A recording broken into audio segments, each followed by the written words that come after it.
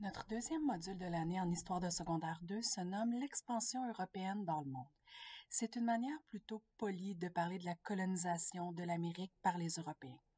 Cette période-là va aller du milieu des années 1400, plus précisément 1453, avec la chute de Constantinople, jusqu'aux années 1600. Les principaux empires coloniaux sur lesquels on va travailler sont ceux de l'Espagne, du Portugal, de l'Angleterre et de la France. Au début de la période qui nous intéresse, les territoires connus des Européens se limitent à l'Europe elle-même, au Proche-Orient, au nord de l'Afrique. Ils connaissent aussi un peu les côtes de l'Afrique, l'existence de l'Inde et de la Chine, mais l'intérieur de ces territoires-là n'est pas connu. En 1453, la ville de Constantinople, qui était auparavant la capitale de l'Empire romain d'Orient, va tomber aux mains de l'Empire ottoman. C'est ce qui va précipiter l'expansion européenne dans le monde. Les royaumes européens passaient auparavant par la ville de Constantinople pour faire du commerce avec l'Orient. Ils allaient chercher des épices, des métaux précieux, des tissus comme la soie.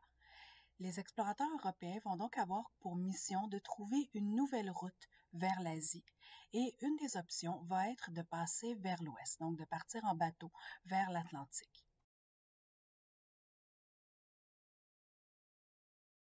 Pour pouvoir naviguer sur l'océan, certaines innovations techniques vont être utiles. La boussole permet de s'orienter en pointant le nord, même si on n'a pas de repère visuel. L'astrolabe permet de calculer la latitude à partir de la position des étoiles et d'une carte du ciel.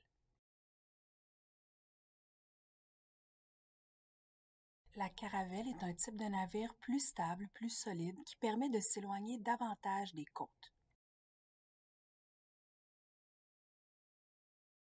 Avec ce besoin de richesse et la possibilité maintenant de naviguer de plus en plus loin, à partir du moment où les Européens se rendent compte qu'il y a davantage de territoires qu'ils pensaient, que le monde est plus vaste que ce qu'ils pensaient, on va se retrouver avec une course à la possession de territoires.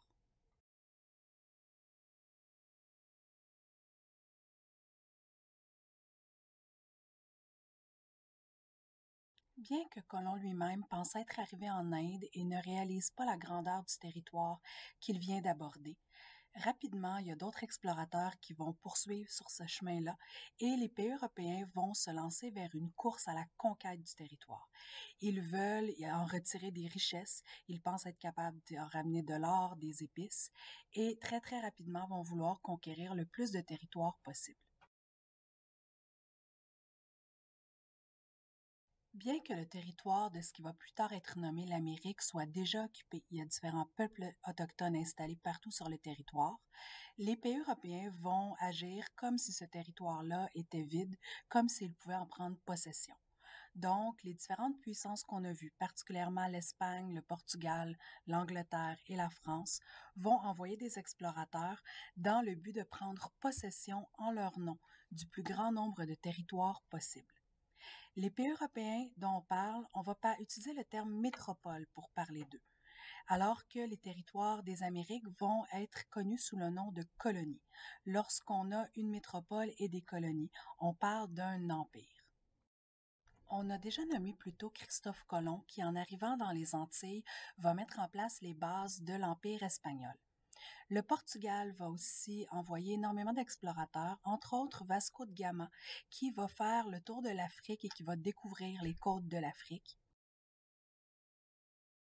Déjà, on voit que deux puissances, l'Espagne et le Portugal, commencent à s'installer en Amérique du Sud. Afin d'éviter les conflits, ils vont signer un traité pour se partager les territoires qui sont découverts, le traité de Tordesillas. Selon ce traité-là, l'actuelle Amérique du Sud va appartenir aux Espagnols, sauf le Brésil qui va être un territoire portugais.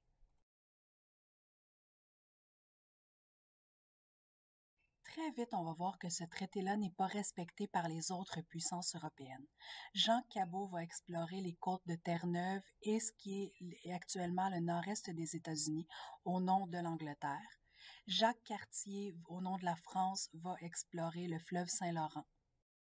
Par contre, traité ou pas, ce qui se passe, c'est que très rapidement, le Portugal, l'Espagne, l'Angleterre et la France vont se diviser le territoire de l'Amérique et vont l'occuper en ne tenant pas compte du fait que d'autres personnes étaient déjà sur place.